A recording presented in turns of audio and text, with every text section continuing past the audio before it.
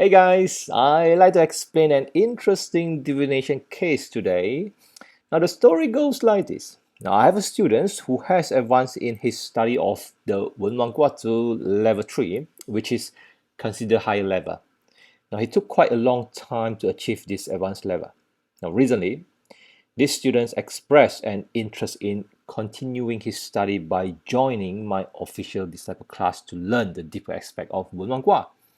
Now, as for this matter, I haven't officially accepted the student yet, as I'm still observing whether I truly want to take him as my disciple. Now, however, the student is convinced that I will accept him. Now, some misunderstanding I think I like to clarify here. Now, in reality, many people misunderstand my intentions.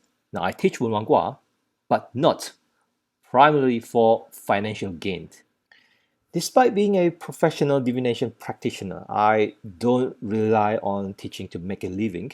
I teach to pass on the tradition of Wulonghua, to ensure that it doesn't die out within my lineage. So please, don't assume that anyone can learn Wulonghua just by paying a fee. Well, at least to my case. Now, in fact, some of my students haven't paid any fee at all, and I still taught them. So, whether to teach someone, especially at higher levels, requires carefully consideration. And because of this, many learners who seek to take advantage from here often end up not gaining any real benefits. Now, during my observations of this student, it seems exhibited many strange behaviors. I don't know why he engaged in these peculiar actions, and I'm not particularly interested in knowing. After all, each person's life is their own, and what they choose to do is not my concern. My simple principle is as long as people are willing to learn, I will teach them if I believe they are worthy. Let me reiterate, if someone is worth my instructions, I will definitely teach them. Now, mentioning being worthy in this process, I won't go into detail here. But I want to emphasize is that my motive for teaching Wenwangguo is not for financial as primary. Of course, I can't deny that it is not entirely charitable either, right? Teaching requires time and effort, and there should be some returns. After all, I'm not a person with nothing to do. My daily schedule is quite packed. However, charging fee is not my top priority.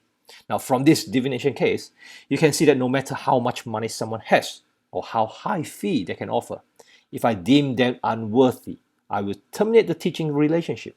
Now, speaking of this, people need to understand that it is why Wenwangguo is not as straightforward as many people may think of. When your divination skills are incomplete, you often face situations where you cannot definitively say yes or no. Now, let's take a look at this specific of this divination case.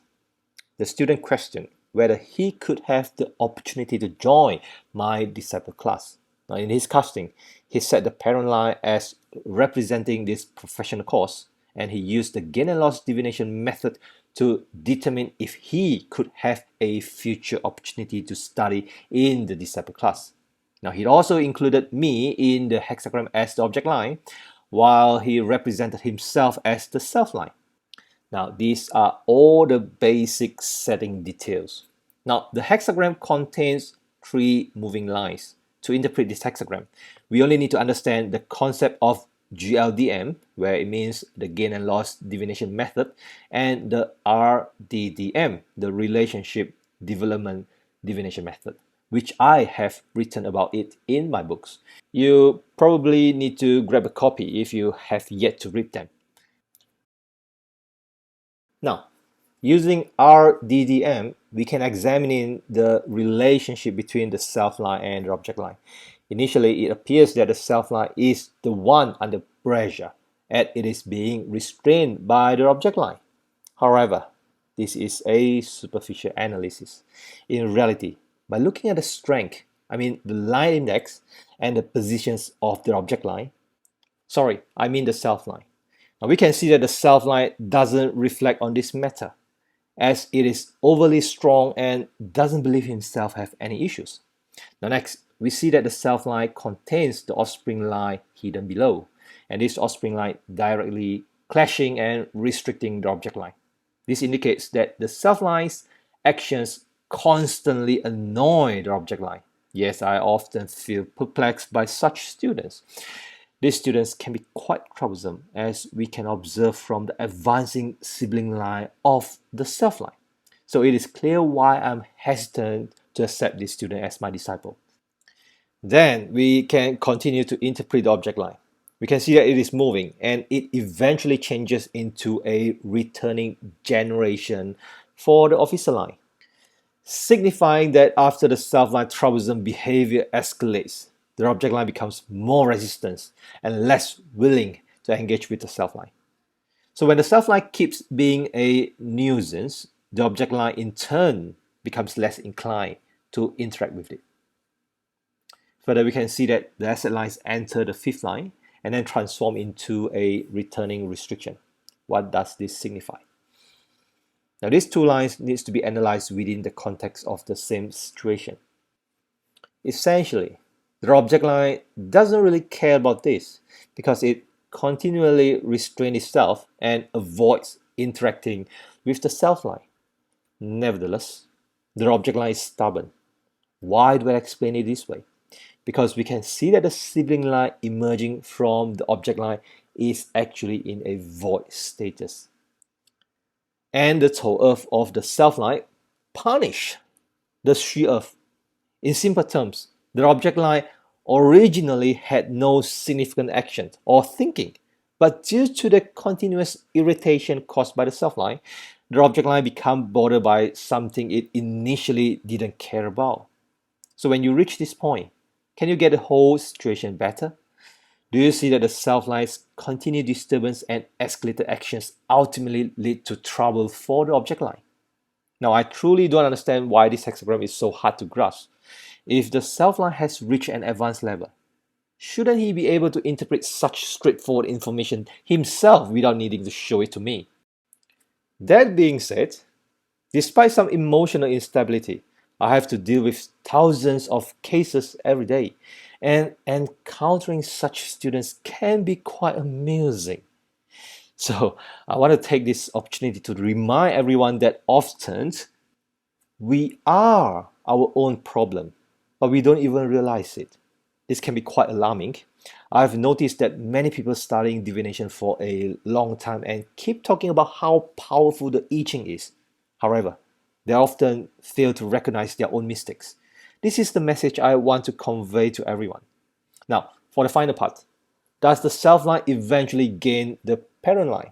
As mentioned in my book, according to my book, it indicates a positive outcome, signifying that I will accept the student into my disciple class.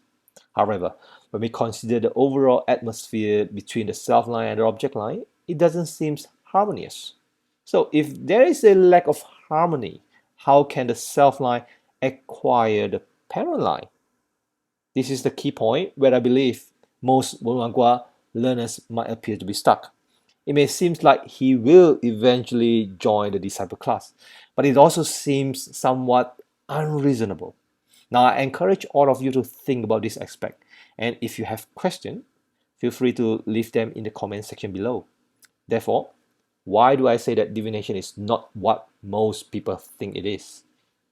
When your understanding of divination is incomplete, you often find it challenging to make a definitive judgment, whether the answer is yes or no.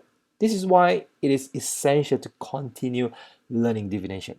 Stopping halfway will result in a situation where you cannot confidently determine the final answer.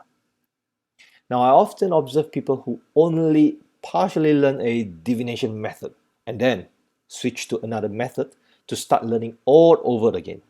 To be honest, I don't understand how can a person truly master the use of these tools if they keep switching between them. As Bruce Lee once said, I fear not the man who has practiced 10,000 kick once, but I fear the man who has practiced one kick 10,000 times. So please, don't halt your learning process or constantly switch methods. If you choose to study Wonwagwa, commit to it till you reach proficiency. If you opt for Qimengdunjia, Tarot, Daliuren, or whatever, it doesn't matter. You have to persevere with it. Only once you have truly mastered one method should you consider switching.